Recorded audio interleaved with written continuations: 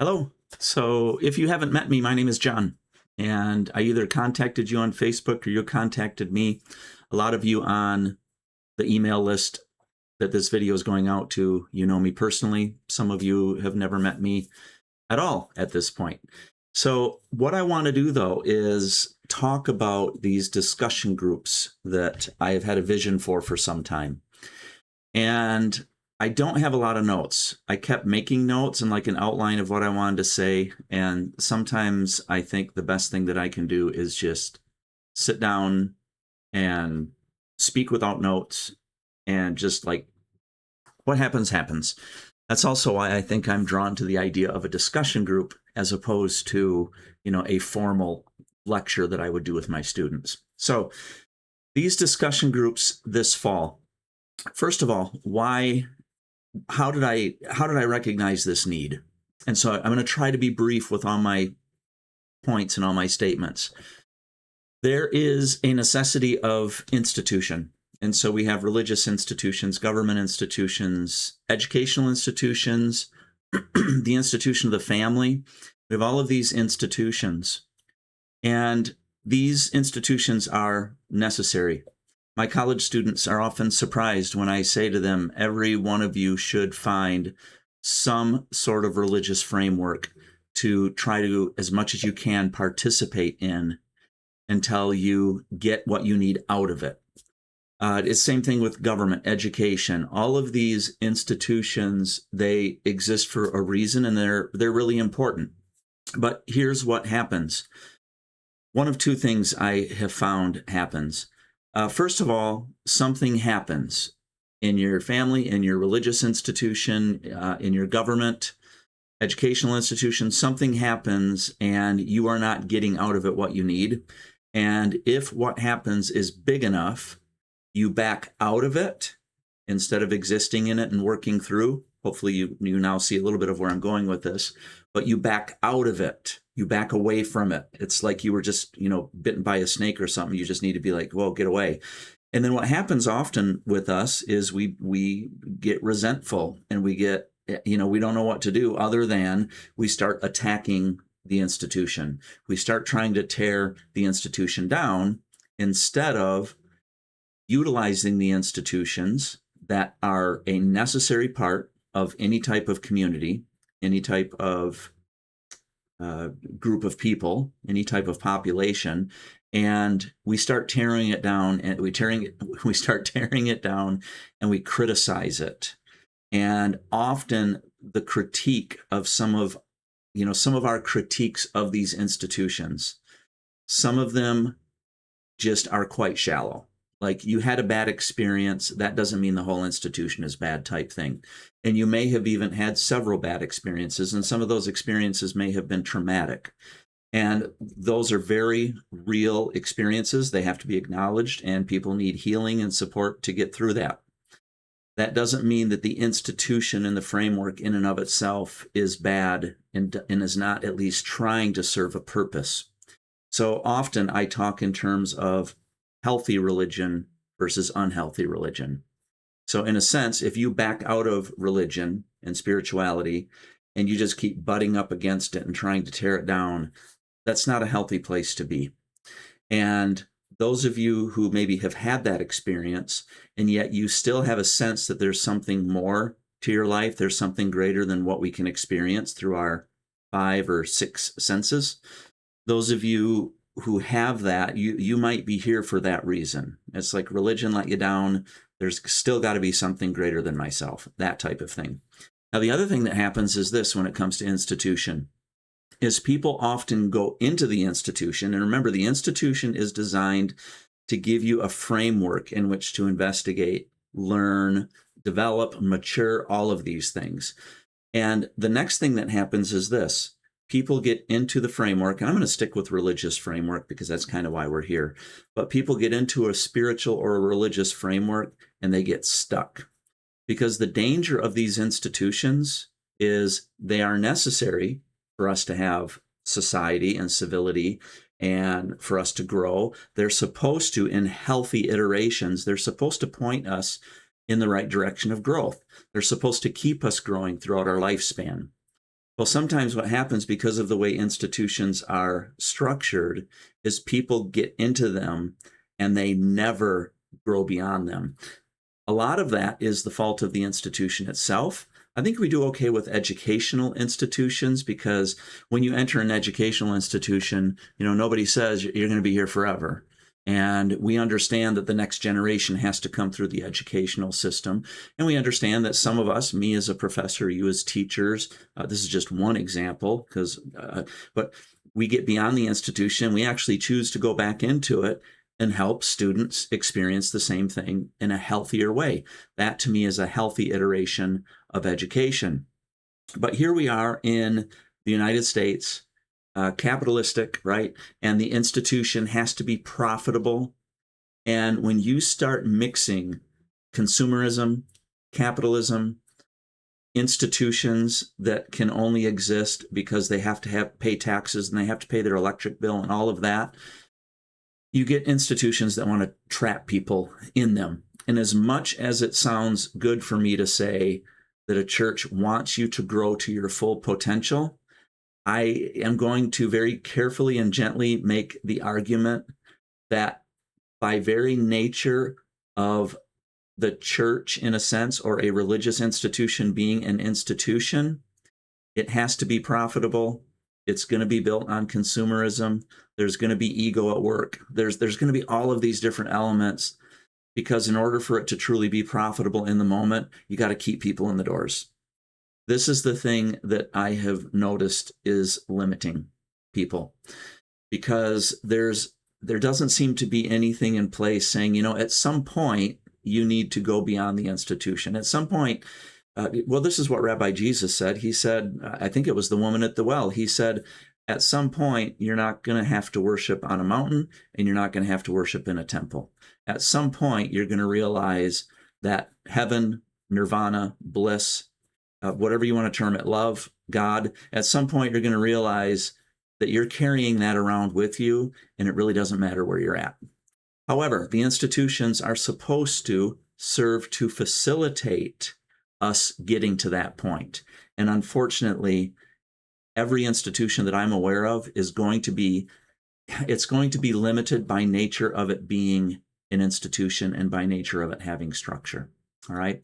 So these groups are going to be opportunities for you who, you can't tell me what you did in your religious services. And this is not just limited to Christianity. You can't tell me what you did in your religious services 2 weeks ago.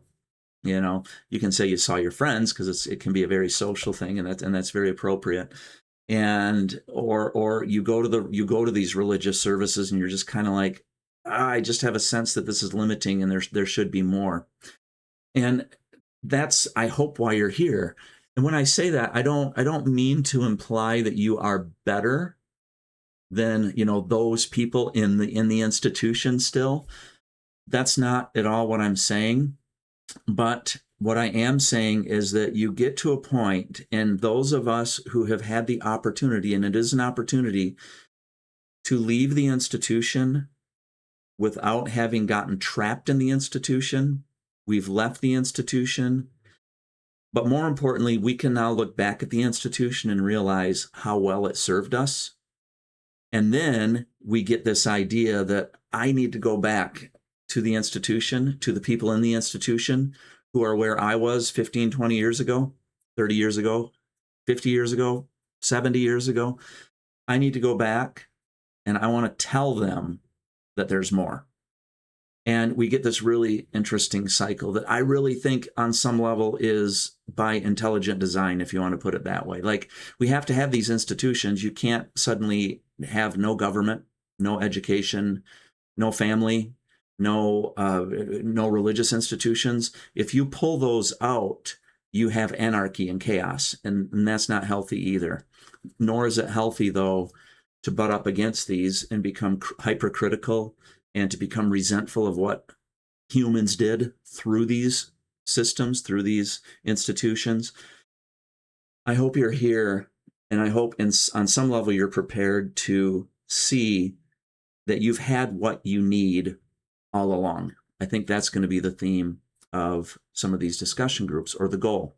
Sometimes I say the goal of these discussion groups and anything that I try to do is to have more compassion and love to yourself and more compassion and love toward others. And I kind of like always having that as kind of a guiding factor, which is, is what I'm doing going to broaden your world and allow you to be more compassionate and loving toward yourself, and more compassionate and loving toward your neighbor and people who are different than you, so on and so forth. Your world, just like the universe, needs to keep expanding for it to do what it needs to do. And then I am hoping that you will get so excited about some of these ideas that you'll go tell other people, and they can either join us or you can do your own thing, because this is not about getting you in a system. What I'm doing here is I hope to give you more of a framework. I'm going to switch screens here as I'm talking. What I'm doing here is I'm giving you more of a framework to experience with me if you choose, and to the extent that you choose. And I'm hoping that you'll have some really positive experiences and maybe bring some healing to what you experienced in the past, maybe give you some more direction in how to move forward. But what I have developed, I think, has less to do with doing this in a certain way and more to do with giving you a framework to look at some of these things differently and in a healthier way, and in a way that validates that, you have what you need already. And there's a reason why just being human is sometimes difficult. So anyway, so this is the website, God's Sandbox. And I just want to show you just a couple of things so you understand where to get things. If you go to X Communities right here, so this second drop-down, third drop-down, X Communities, and you go to Narrow Path. The Narrow Path is the curriculum. So you have Narrow Path for X Communities, and this is where I'm going to make posts and give people their kind of your reading assignments, things like that. And meanwhile, in preparation for these discussion groups, I'm going to be making slideshows and some topical discussion starters. And they're all going to be open-ended, and there isn't going to be a right answer or a wrong answer, but I hope that they are creating an environment where we can share our ideas and we can support each other, even though we might not fully understand or agree with another person. It at least opens up some discussion, and then you have the agency to do with it what you want. So let me show you what I have so far. And like I said, this is a work in progress, but here are links to the 52 readings. Now, these are a little bit different. So I have 52 readings right here. At some point, I would love to, just kind of casting a vision here, at some point, I would love to have readings from all the different wisdom traditions, but I don't have enough knowledge of, the Bhagavad Gita and the Upanishads with respect to Hinduism, or the Quran, which with respect to Islam. I don't have enough knowledge of those texts to be able to say, here's 52 readings, and you can experience these 52 readings within the same context of the framework that you and I are going to experience together. So there's that. So you can look at that, and I have chosen the Old Testament, the Abrahamic stories that I think are often misinterpreted, and they're not interpreted in healthy ways, and they're interpreted in ways that make God look out to be a monster. And if you interpret a lot of those stories, if not many of them, on a very literal level, absolutely God's a monster, and God is something that you probably don't want to have anything to do with. But like all stories, if you spend enough time with them and start looking at the metaphor and the deeper meaning and how it impacts you, and giving yourself permission to walk away from a story or a narrative, you becoming a better person. If that means you have learned to do something different, great. If that means it reinforced something in you, great.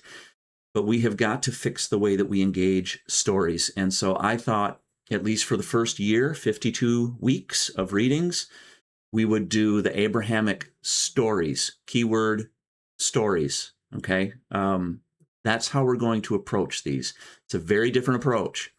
It will make sense what I'm saying, because I just heard some of you say, well, that's not going to be popular because that's actual fact. Well, we can have that discussion at some point, but I also want you to think in terms of Rabbi Jesus, because that's that's what I'm most familiar with, is the teachings of Rabbi Jesus. And many of the teachings of Rabbi Jesus were stories that weren't necessarily true.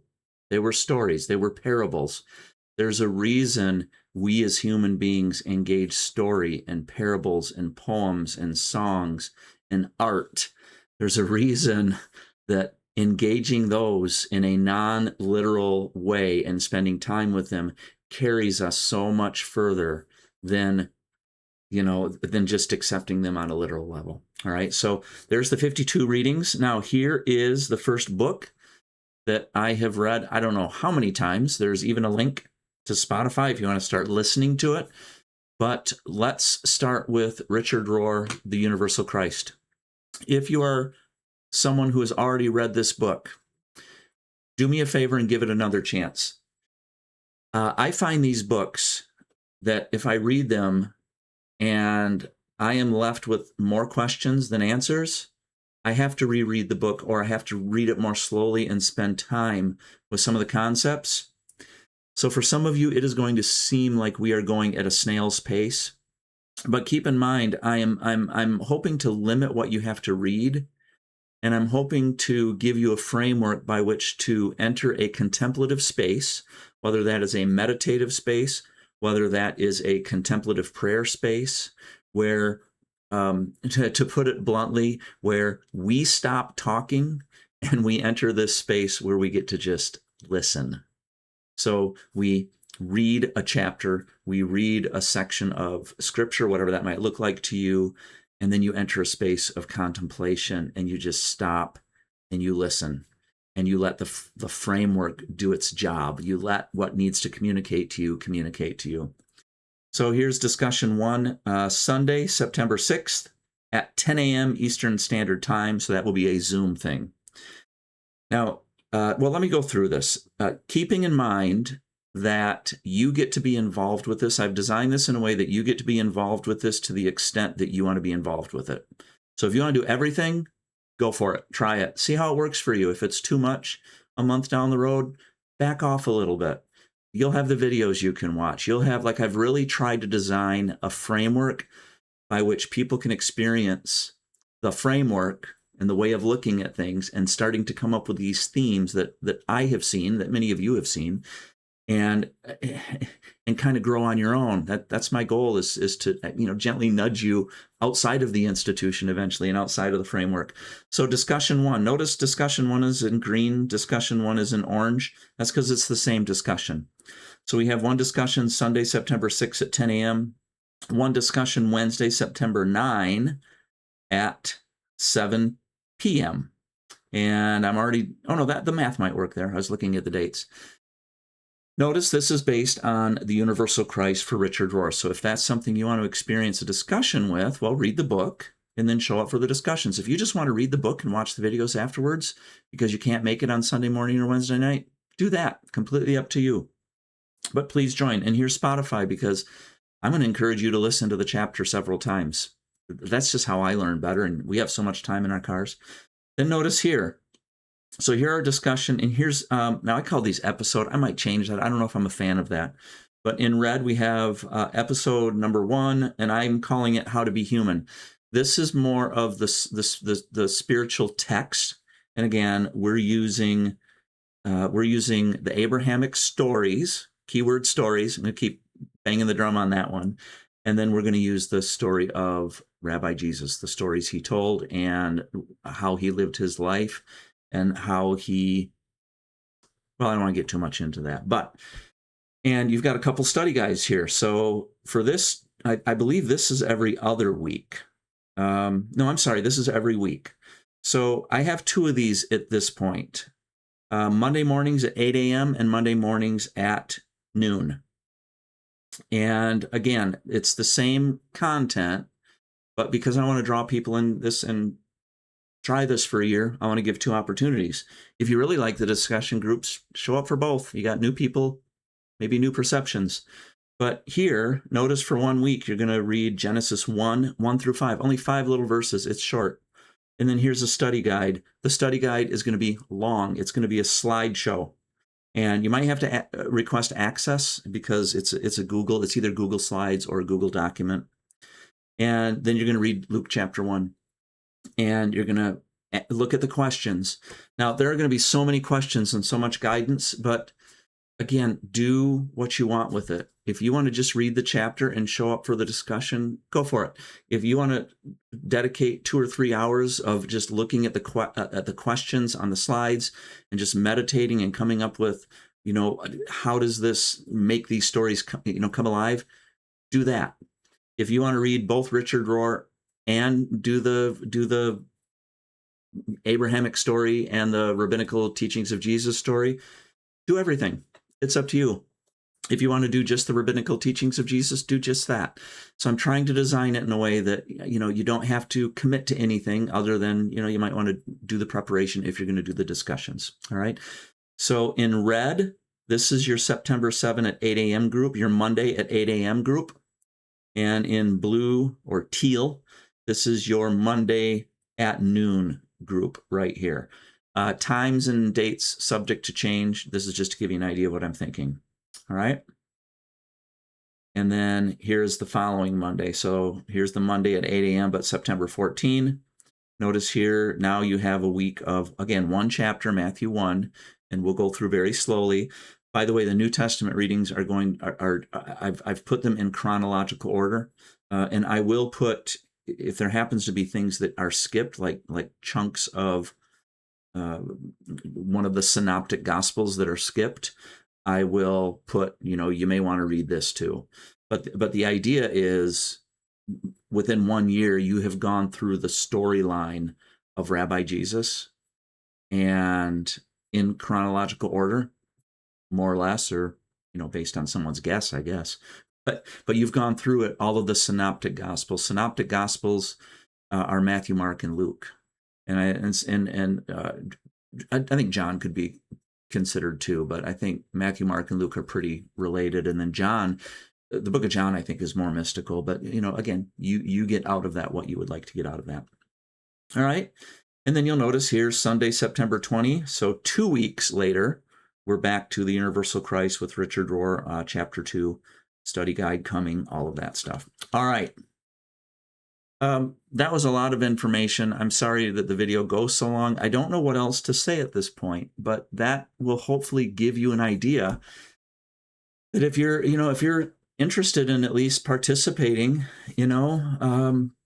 depending on what you want to do, or if you're still kind of up in the air, grab yourself a copy of the Universal Christ, or if you have a Spotify account, listen to the first chapter. And it also includes the rest of the stuff, like the prologue and the introduction, because Richard Rohr is always presenting stuff. And like I said, if you've already read this book, I'm going to ask you to give it another chance with the questions I'm going to ask, because my slides and my discussion guides are more about, look at these 3 words and really take some time, and let's just really look at what that might mean.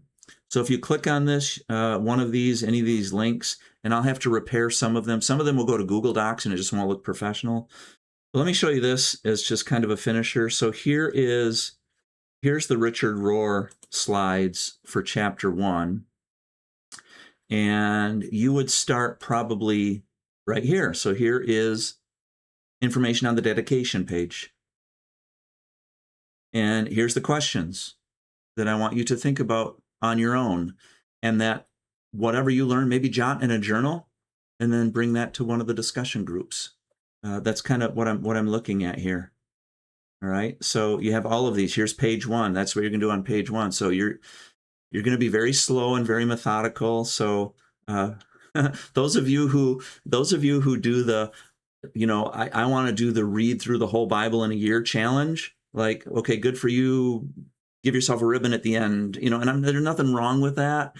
But if your goal is just to get through it, my guess is that you're really not getting into the depth and really paying attention to what's being communicated through you through the text, which is far more important than the text itself. it's that verse. I just thought of this. It's one of the writers in the Bible said all Scripture is God breathed. I agree with that. But when I say all Scripture, I mean from every major religion. And when I think about that idea, it's like you can look at a piece of art, and if you contemplate it, the breath of God is going to come through. It may not be as clear as other religious texts or other pieces of art. It's going to vary in effectiveness, I guess, for you personally. But that's kind of what we're talking about. Is I want to get people to slow down and breathe and just see what's coming through these texts. Okay. Now, if you have enough information, put this on pause. If you want more information, well, I don't know if I want to do that. Well, maybe I will really quick. So for discussion group purposes, you got what you need. Okay. And I'll come up with another video. Here's my grand vision, though, if you want to stick around for 2 more minutes. My grand vision is to have little communities all around that get together and they do stuff like this. Because once you see kind of the framework and how to do this, you can do it on your own. And that's really my goal. My goal isn't to get you to join my organization, my institution. That's not my goal. My goal is to get you to see what I've seen and then to run with it and maybe show other people what you've seen. So here's kind of my goal is at some point, here's the 2 Sunday time or the 2 Monday times, right? So Monday, you get together with your group. I mean, this is really taking it to my vision, but I want to put it out there. You get together with your group at 8:30 a.m. and you have coffee and breakfast together because you're a community. And what a great, always over food, right? For me, what a great opportunity just to get in each other's lives and say, how did you do? Did you have a good week? That's just intentional gathering. And if any of you listening to me right now are interested in doing that, reach out to me because I don't have that in place yet. And I really want that. I really desire that. 5:30 p.m. Monday, drinks and dinner. Have drinks and dinner. Do your thing and just kind of bond and socialize over food and drink. And that's for an hour. Okay. So if you really want to do this, I would love to see these, and I don't know, whatever, but just hear me out. Then for 30 minutes, there's going to be contemplation or meditation or sharing. So this would start at either 9:30 a.m. on a Monday or 6:30 p.m. on a Monday, depending on if you want to do the breakfast group or the dinner group, or if you want to make a whole meal out of it, like a cruise. The buffet is always open. So you can contemplate for half an hour as a group. You can meditate for half an hour as a group if you are more of a religious group and you don't, you're taking a different approach to these discussion groups. Or get together and just share as a community. What did you get from the readings? That sort of thing. Or how is your life going? Or how can I support you? That sort of thing. So again, like 30 minutes of just having deliberate space where you're just kind of gearing up for this. Now let's continue here. So 9:30 or 6:30, that is a long transition on that slide. And then at 10 o'clock or 7 o'clock, 15 minutes just to say hello. So you log on to the Zoom meeting, say hi to me, say hi to everybody else. Maybe we'll take a few minutes and say, anybody new, introduce yourself type thing. If you don't want to introduce yourself, no worries, just that sort of thing. But 15 minutes to kind of say hello. And then, of course, at 10:15 a.m., and I just realized that these don't exactly line up with my curriculum on my website, but I'll fix that. And then at 10:15 or 7:15, we got 75 minutes or longer. I mean, we'll see. And you show up and you engage and we have a discussion. What did you learn? How did these questions guide you? Let's talk about the reading. And it'll be a similar format to the Abrahamic stories and the